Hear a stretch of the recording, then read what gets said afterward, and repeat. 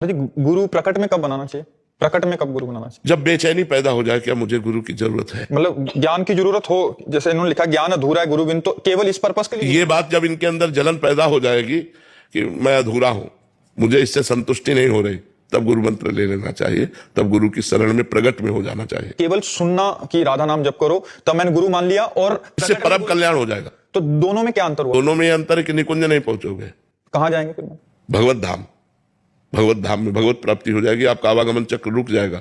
लेकिन निकुंज में प्रिया प्रीतम के समीप पहुंचने के लिए फिर आपको गुरु परंपरागत जो मंत्र है, वो मंत्र इसीलिए आया है, आचार्य परंपरा से मंत्र है, उस मंत्र और स्वरूप का बोध कि हम प्रियाजू की दासी हैं, प्रियाजू की सहचरी है, या जो सखा भाव है या गोपी भाव है, वो जिस भाव वाला है वो मंत्र वहां पहुंचाता है, उस भाव दशा। और महाराज जी, जैसे किसी एक पर्टिकुलर इष्ट देव का नाम ले रहे हैं, जैसे राम राम ले रहे हैं, तो राम जी के धाम जाएंगे या केवल भगवत प्राप्ति हो जाएगी? इसमें भी अंतर है। हाँ, जैसे राम जी के धाम अगर उनकी भावना बनी कि मैं उनका दास बन के जाऊं तो जाएंगे, नहीं तो जैसे तरंग समुद्र में लय होगे, जैसे आवागमन से मुक्त हो जाओगे।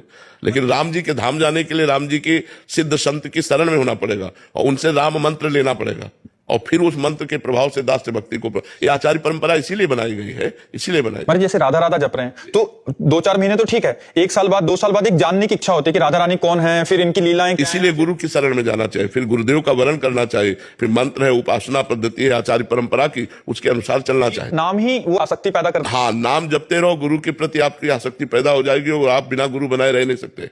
बिना गुरु बनाए आप रह नहीं सकते। फिर आपको लगेगा कि ऐसा है, केवल पढ़ने लिखने से ऐसे बात नहीं बनेगी। हमारा प्रयास इतना कृपा अपार